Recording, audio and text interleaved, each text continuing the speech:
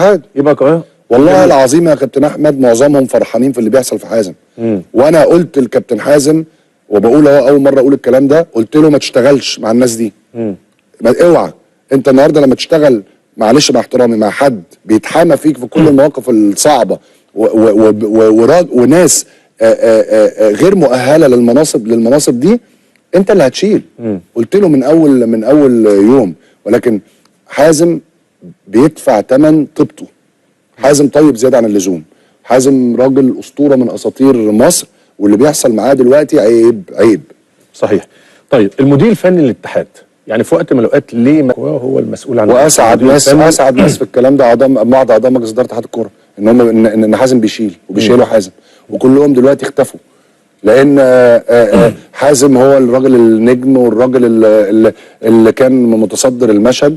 وبصراحه حازم اتظلم، وحازم ما يستاهلش المعامله دي من الاعلام المصري، ولا يستاهل المعامله دي من الناس. المفروض الناس اللي جابت حازم تحميه، لان هو راجل النهارده حازم ده راجل اسطوره من اساطير مصر.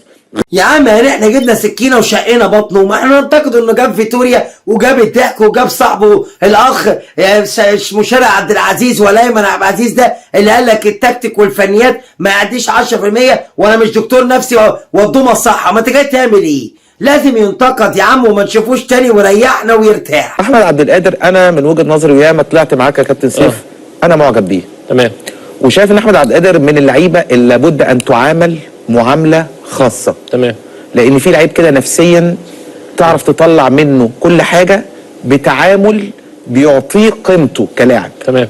اما بتحاول تقلل منه او تسخر منه او تسخر من ادائه او بتلاقيه هبط. تمام. طيب لو لم يكن لاحمد عبد القادر دور مع النادي الاهلي كان باعوا الاهلي، ما هو ما جاب ما هو ما اتفقوش. هو الاهلي كان بيسعى لبيعه. اعاره. لا هو هو الاهلي ما عندوش اعاره. خد بالك.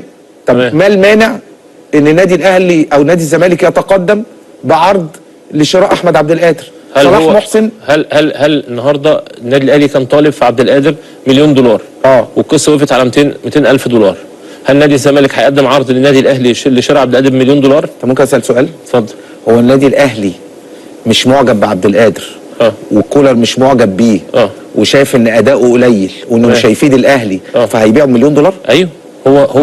ما هو جاب 800,000. يبقى جامد بقى.